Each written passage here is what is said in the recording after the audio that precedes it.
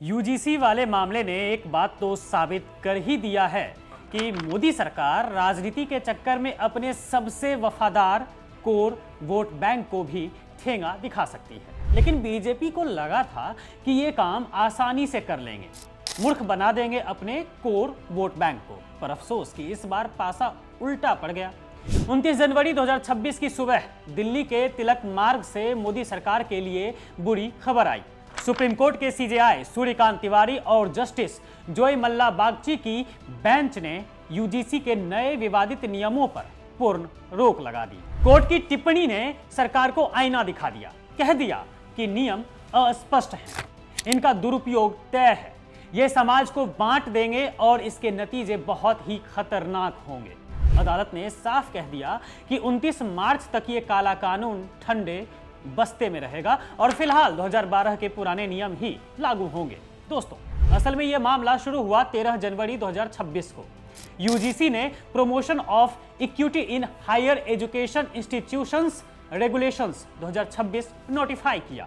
कागज पर तो ये एससी, एसटी, ओबीसी छात्रों के साथ भेदभाव रोकने का हथियार था, लेकिन इसके पीछे की हकीकत ने सवर्ण समाज के होश उड़ा दिए। कानून की परिभाषा इतनी एक तरफा की शिकायत सिर्फ रिजर्व्ड कैटेगरी की ही मान्य होगी। सवर्णों के लिए कोई सुरक्षा चक्र ही नहीं, झूठी शिकायतों का खुला डर और इक्विटी कमेटी में भी सिर्फ आरक्षित वर्ग के ही लोग। बस इसी एक तरफा इक्विटी ने देश भर में आग लगा दी। विरोध की आग दिल्ली से शुरू हुई और उत्तर प्रदेश के कोने कोने तक फैल गई। लखनऊ, मेरठ, देवरिया, रायबरेली और गोंडा की सड़कें जाम हो गई। सवर्ण सेना, करनी सेना और छात्र पंचायतों ने मोर्चा खोल दिया और सबसे ज्यादा चर्चा में रहे वो नारे जिन्होंने दिल्ली और यूपी की गलियों को हिलाकर रख दिया।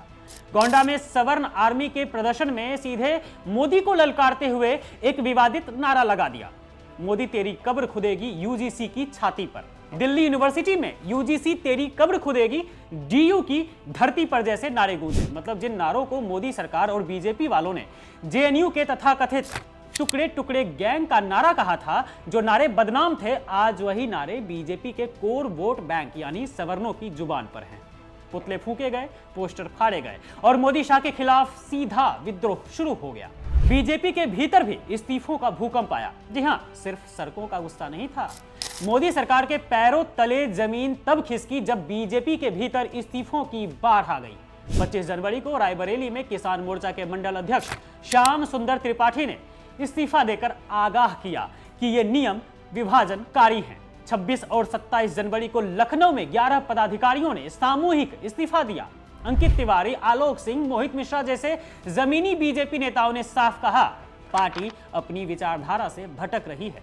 बरेली में पीसीएस अफसर और बीजेपी के करीबी माने जाने वाले अलंकार अग्निहोत्री ने इसे एंटी ब्राह्मण कैंपेन बताकर और शंकराचार्य के अपमान के चलते इस्तीफा दे दिया।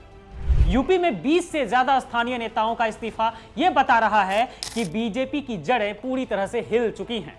मतलब साफ है दोस्तों कि ओबीसी और एससी, एसटी वोट बैंक को साधने की होड़ में मोदी सरकार ने अपने सबसे मजबूत किले सवर्णों में ही दरार पैदा कर दी। कौशांबी में अभिषेक पांडे ने खून से पत्र लिखा है। मिर्जापुर और जौनपुर में चक्का जाम है। सुप्रीम कोर्ट ने भले ही 19 मार्च तक वक्त दे दिया हो, लेकिन क्या तब तक बीजेपी अपने नाराज कार्यकर्ताओं को मना पाएगी?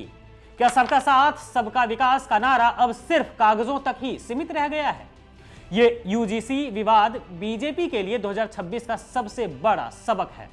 अगर कोर सपोर्टर जल रहा है तो सत्ता की कुर्सी सुरक्षित नहीं रह सकती है। और एक कहावत भी है कि सवर्ण अपना अपमान कभी नहीं भूलते हैं। क्या पता यही बात मोदी सरकार को सत्ता से उतरने को मजबूर ही ना कर दे।